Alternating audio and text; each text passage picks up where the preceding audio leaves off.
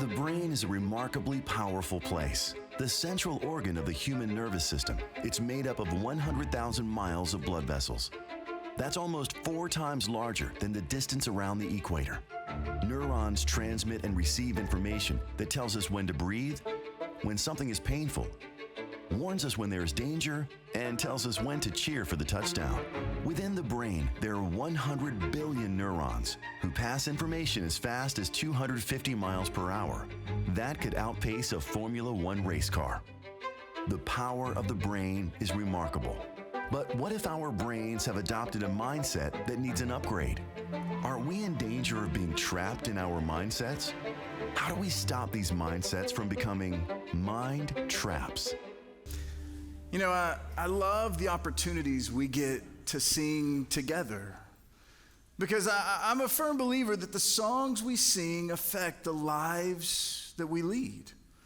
And there was a line in that song that kind of leads us into the message. Even when I don't see it, you're working. Even when I don't feel it, you're working. You never stop. You never stop. And today we're jumping into part 3 of the series we've been going through called Mind Traps. And we had several of you reached out to me, and we're very grateful for last week's message as we talked about negativity. I mean, nobody likes to talk about negativity, but yet for some reason you were like, that really resonated with my heart. And maybe it resonated because you're like, I've got negative people in my circle that I need to pass that message on. I don't know what your ulterior motive was, and that's for you and only you. But you know, one of the things I found is that oftentimes the thing that gets in the way of me really being able to understand what God is up to in my life, it's my mind. It's me playing the victim card. It's me playing the negativity card. And today we're going to continue this journey because here's what I found is when we begin to really think about the mind, when we begin to think about the mind traps that we have, what happens is the trap that we find ourselves in, it begins to showcase its own narrative, right? Our mind begins to tell a story inside of our heart about what's going on, what's happening. And oftentimes we choose to believe the story that's going on in our mind. And many times the trap that we have, it might be, as we talked about a couple weeks ago, the victim card or the victim mentality, the victim mindset. Or maybe last week, the negativity mindset, that oftentimes that mindset can begin to showcase itself in the narratives that we have and the story that we tend to believe, even if it's not true. So the goal of this series is ultimately we want to encourage, we want to inspire, we want to really help you maybe change the way you think and ensure that the mind traps that we have, that they don't get the best of us. Because so oftentimes, here's what we found, and we talked about this at the beginning of the year, that many of us, and you've come to me, you've thought about it in front of your mirror, like many of us, when it comes to our life, we all desperately want a better outcome, don't we?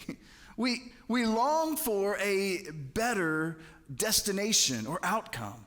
We find ourselves in the middle of a heartache. We find ourselves in the middle of hurdles. We find ourselves in the middle of a scenario that we are just not okay with. And so we desperately want a different outcome. And so we realize to get the better outcome, what we need to do is we need to make better decisions. And sometimes that's a little bit too simple. We're like, I don't want to make better decisions.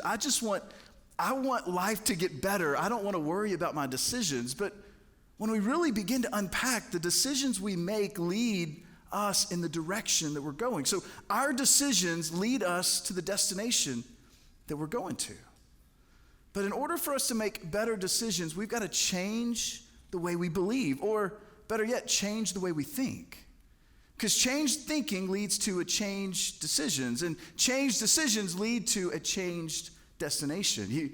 You want to do better in your job. Well, you don't just want to do better at your job. In order to want to do better at your job, you've got to make decisions about, I need to maybe show up on time. I need to be there more often. I need to quit checking Facebook while I'm at work. Whatever that looks like for you, we need to make better decisions. But in order for us to really make better decisions, we've got to change the way we think, that when I'm on Facebook, I'm not as productive as when I'm really engaged in work.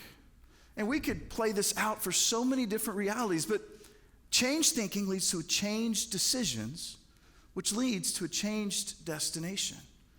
So our goal for the series has been to really change the way we think, or to really look at the mind traps that oftentimes cause hurdles in our life. And today we're going to look at this mind trap, the all or nothing mind trap. Now you might be thinking, now wait a second, what is the all or nothing mind trap? But isn't it true that oftentimes we view our circumstances, we view the situations of life, we view what's happening, our parenting, we view life through a pass-fail reality? There's really no in between. You either pass or you fail. There's one extreme or the other. And the problem is this trap can really begin to play a narrative in your heart and in your mind that I've got to do good enough so that people will like me. I've got to make sure that I do everything correct. If I don't do everything correct, then I'm a failure. I've got to make sure that I dot all my I's and cross all my T's. And if I don't do everything just right, well then maybe I'm a failure at life. I mean, for me personally, to be honest with you, when I strap on this microphone and I stand on the stage and I get the chance to communicate to you, I get the chance to look into what the Bible has to say, to look into what Jesus taught, and then try to make it practical and applicable so that you would lean in and get something out of it and walk away. Like, for me, it's kind of at times pass or fail, and I'm just being real honest with you. Like, there's times that I get off the stage and I'm like, man, I was horrible. And then I'll get a text message from one of you like, Scott, man, I needed to hear that. And I'm like, what? Like, how did that, like, I need to apologize to everybody that was in the room. Like, I apologize for sitting through it. And there's times that I'm up here and I'm like, man, I didn't even need the teleprompter today. Like, I was on target. And nobody comes up and says, Scott, good job today. And I'm like, I guess I didn't do good, you know? And like, I go home on Monday and I'm twiddling my thumbs like, Doyle, pick me up today. Like, I'm a horrible like, maybe that's not for you. And really, my emotions aren't that insecure. Well, maybe they are, but yeah, I'm baiting a compliment for when you leave here. No, I'm really not. You did a good job, Scott. I know you're going to tell me I did a good job today, but that's just for today. Like, but let me ask you, what about you? Where do you see that playing out in your life? When something happens, your mind automatically goes to the extreme, right? Either you've got it all together or you completely failed, and there's no room for the in-between. It's either pass or fail. It's all or nothing. And isn't it true that we begin to play these extremes? We begin to play always and never. And we find ourselves in these realities. We've made a bad decision. We've made a bad choice. And we begin to think, I will never be able to rebound from this. This is going to follow me for the rest of my life. We begin to think about, they will always see me like this. They'll always see me in light of that decision that I made.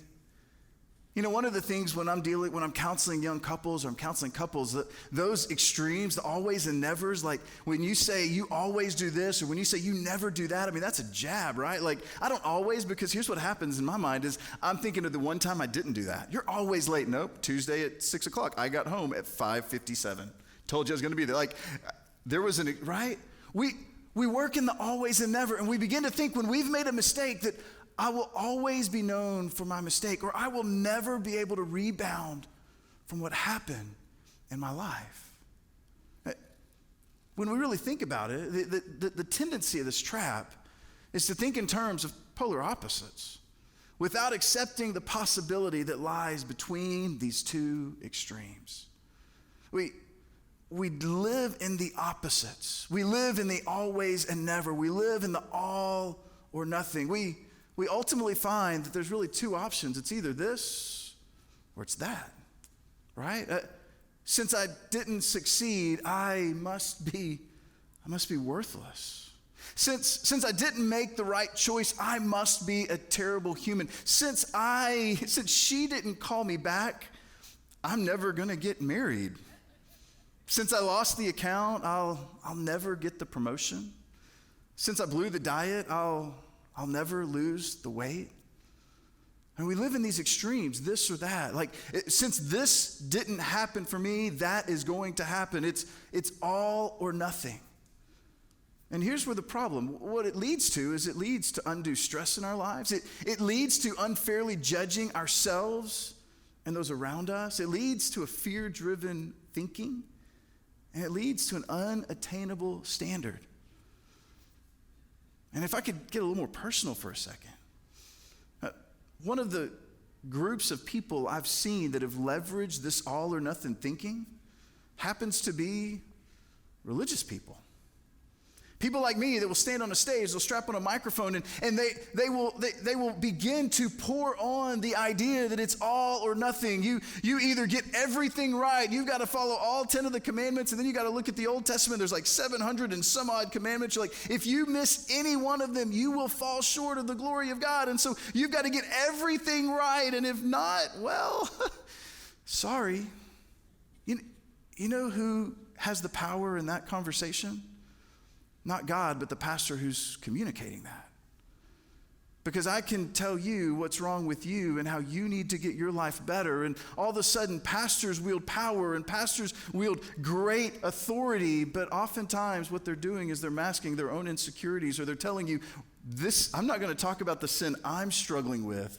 I just want to make sure that I hit on what you're dealing with. And so they're notorious for trying to leverage all or nothing thinking to try to get you not to move towards a position of love, but to move towards a position of fear. Like, I don't want to get it wrong.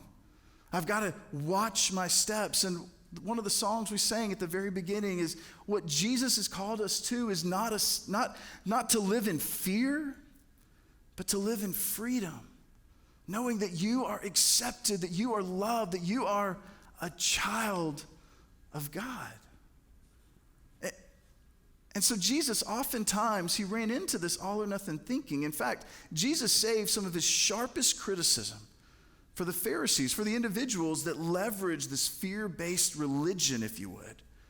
He leveraged some of his sharpest critiques of the church to those who held their finger over it and were trying to convince people through fear of the way they should live in this all or nothing reality. In fact, one of Jesus' closest friends, he happened to live out this all or nothing reality. In fact, his name is Simon Peter. We call him Peter. Simon Peter was a fisherman by trade. In fact, one day he's hanging out at the boat and he's fishing and he's hanging out with his dad. And what happens is he's getting ready to do exactly what fishermen do. And let me tell you, I know what fishermen do because I went fishing on Friday. I caught a few fish. Does that make me a fisherman? No, it just makes my boys think I'm a fisherman. But let's be honest. The first one I caught, I'm like, do I got to pull this off the hook? They're slimy. And then you're thinking, the boys are watching, but it's slimy, the boys are watching. Internally, my mind's a mess, guys, for real. And then I'm like, please don't catch any more. And then I caught another one. I'm like, it's slimy still. And then anyway, I digress. It was in that moment I felt a lot like Peter, right? I was not anything like Peter. That is not my trade. That's a good thing. But Matthew records how Jesus called Peter into the reality. Listen to what Matthew says about Jesus. He says, as Jesus was walking by the side of the Sea of Galilee, he saw two brothers, Simon called Peter and his brother Andrew. And he continues, it says, they were casting a net into the lake, for they were fishermen. I love that. They were casting a net into the lake. Why? Because they're fishermen. Matthew, thanks for the detail on that. And listen to what Jesus says. He says, he looks at Matthew and his brother Andrew. He says, come, follow me, and I will send you out to fish for people. If Jesus gave me that request, You want me to do what? Like cast a net at people? Like this is just weird. Jesus, what are you calling me to do? But they were Peter was an all or nothing kind of guy. All of a sudden, at once, he had no questions. He had no quality. He was like, okay, like, sounds good. I'm in. At once, they left their nets and they followed him. All in. At once, he jumps out the boat. He drops his nets. He's like, forget this fishing business. You're telling me I can catch bigger fish. I can catch people. I'm in. You know, later on, Simon Peter, he had a very pivotal statement that showcased his all-in reality. In fact, just to kind of set the scene, Jesus and his crew, his disciples, are hanging out one day, and Jesus had become very notorious. Where Jesus was, there was crowds. In fact, I would encourage you, if you're looking for a place to begin reading within the course of Scripture, like I would love for you to spend the next few days and weeks reading from Mark's account of the life of Jesus. And here's why I would love for you to read that, because I want you to read it and circle every single time that there's a mention of the word crowd. Because everywhere Jesus went, there was a crowd. I mean, Jesus would go places and people were like, oh my goodness, Jesus of Nazareth is in the town. Bring all your sick people. I mean, it was the circus of all circus. I mean, you could imagine what's going on. There's a crowd of people that are just hungry and desperate for Jesus to do what only Jesus can do. They were believing that he was their only hope. And so Jesus had his boys all around, and he's like, hey, guys, got a question for you. I mean, word on the street is people know who I am. But let me ask you, what do you think?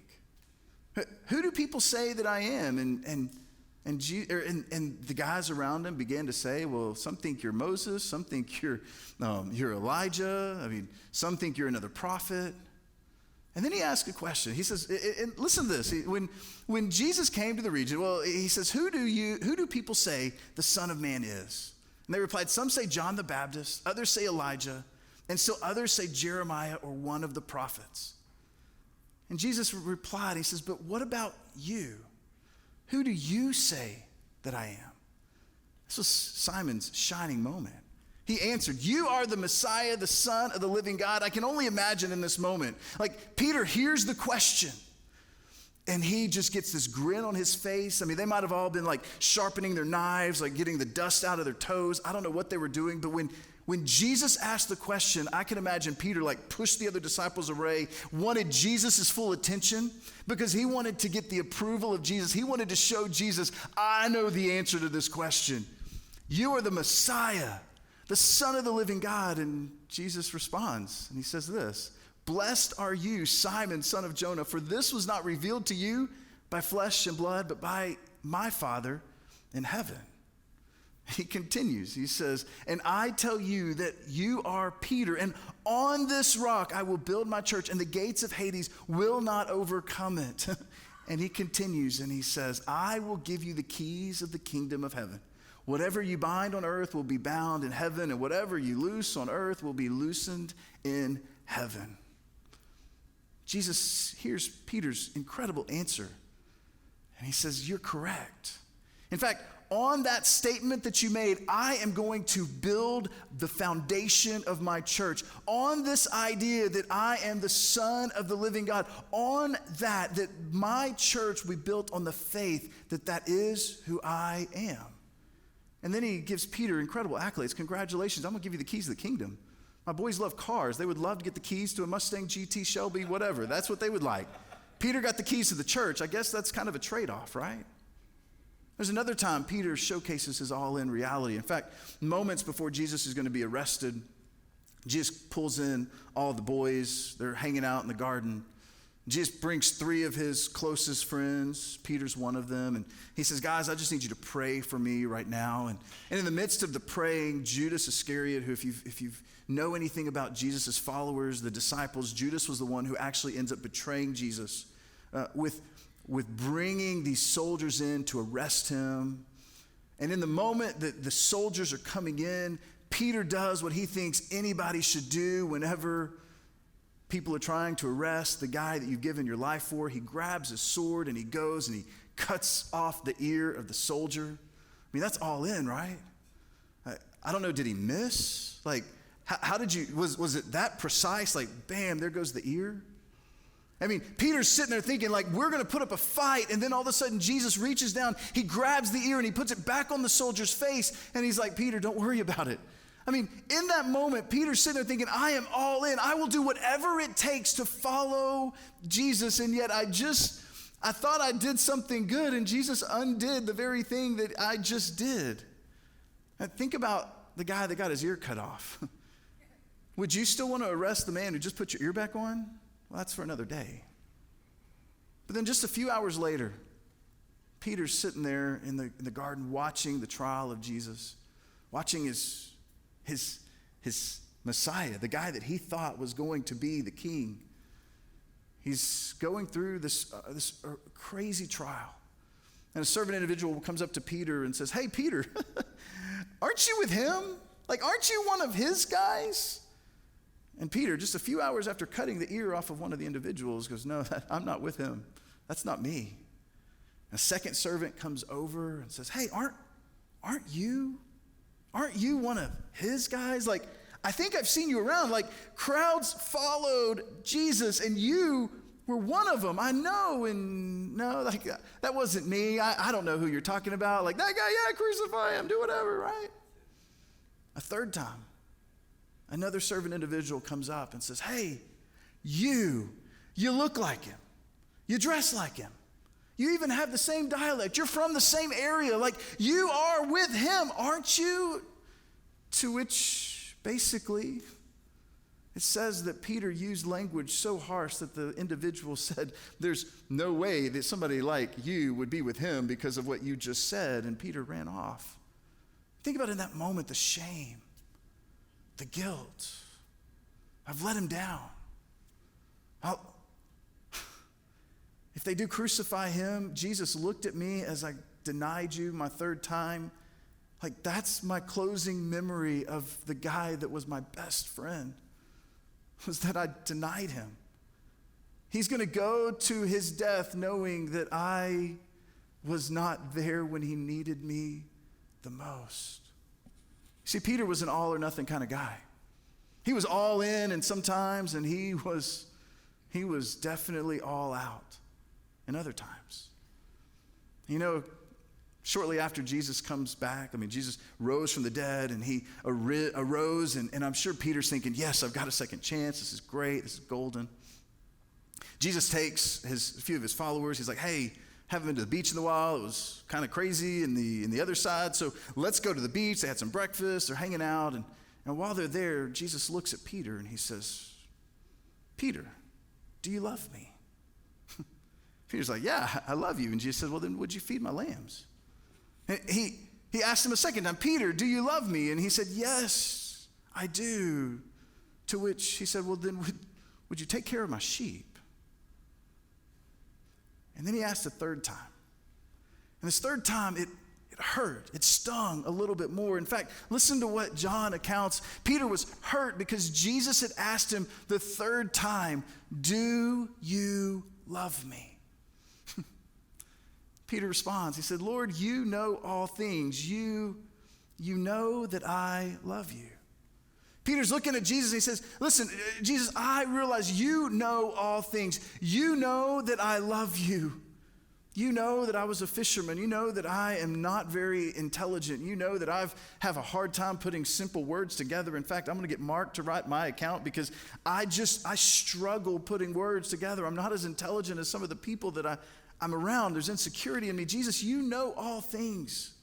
Jesus, you know that I was the one that was there for you. I was the one that gave you the statement with which you're going to build your church upon, that you are the Son of the living God. But Jesus, you also know that I was the one that denied you 3 times before you died.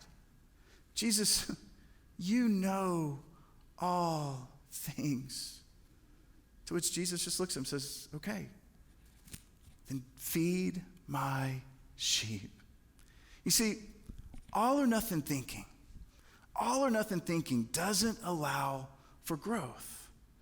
And the reason is because when we get stuck in this all or nothing thinking, what happens is we get so caught up in the positives, in the all, or we get so caught up in the negatives that we begin to to really undermine our opportunity to grow.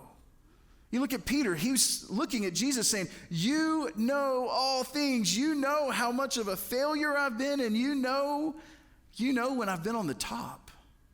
And yet, in the midst of that, you know everything. You see, all or nothing thinking, it doesn't allow for growth because it makes us stick with either we are the best of the best or we will never measure up. And the fascinating thing is Peter seemed to get this reality. Peter seemed to understand what was going on. And in fact, Peter, a few books to the left, as you continue reading through the New Testament, which is the back half of the Bible, it's an incredible, Peter writes letters to encourage local churches. And Peter apparently understood that all or nothing thinking can really be a trap. It can keep us from really being able to experience the growth that God wants for us. It can keep us from being able to see life the way we want to see life. And listen to how Peter opened up one of his first letter. He said, therefore, with minds, he starts with the mind, with minds that are alert and fully sober. How do we get over this all or nothing thinking? I think Peter's going to set it up very nicely for us. We keep your mind alert and sober. It's the first opportunity. What does it mean to be alert?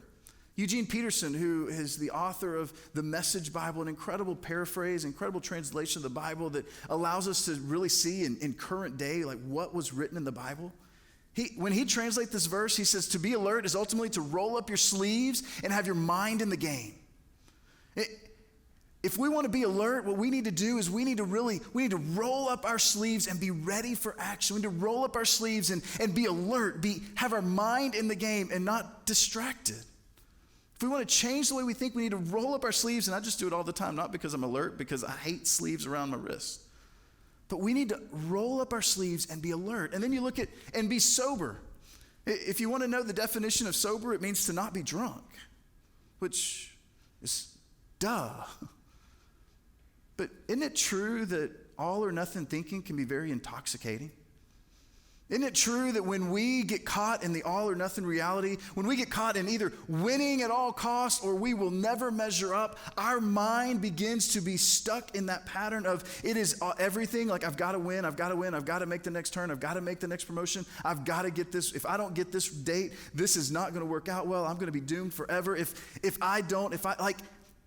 All or nothing thinking can be so intoxicating. And Peter says the first thing we need to do is to keep your mind alert and sober. And he continues on. He says, set your hope on the grace to be brought to you when Jesus is revealed as his second coming. As a follower of Jesus, I choose to believe that Jesus is going to come back another time, that at the end of the day, that Jesus is going to come back and things are going to be set right. But ultimately, here's what is beautiful is our hope can be found in the grace that's been brought through Jesus. That we set our hope not on us being perfect or us not being perfect, but we set our hope on the grace. What is grace? Grace is unmerited favor. Grace is the idea that I'm never going to be perfect, that I'm going to mess up, but in the process, I'm going to put my hope on the fact that my life is not built on my perfection. It's built on the grace that God has provided for us. See, the second idea is ultimately this, that we set our hope on grace. That we keep our mind alert and sober, not allow the all or nothing to be intoxicating, and we set our hope on the grace that God has for us. And then Peter continues on and he says this. He says, as obedient children, do not conform to the evil desires that you had when you lived in ignorance. However, but just as he who called you is holy, so be holy in all you do. For it is written, be holy, because I am holy.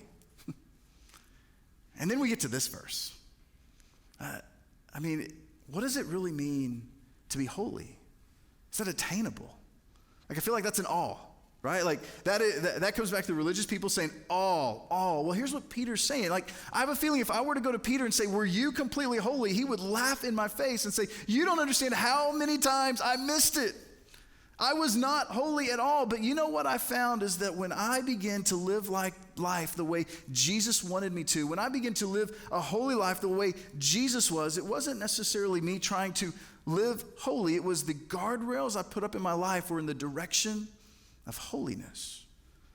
Because as I begin to follow Jesus, I find that following Jesus leads to a life of fewer regrets. It leads to a life of more joy, a life of more peace, a life that when life falls apart, I can find hope in the midst of hurdles. That when I allow holiness to be the guardrails of my life, that I find that I get out of the all or nothing trap and I've got a direction to follow through with. So ultimately, we can focus not on the holiness, but rather we can focus on the growth. We can focus on the direction, like not necessarily saying it's all or nothing, but say, man, you know what?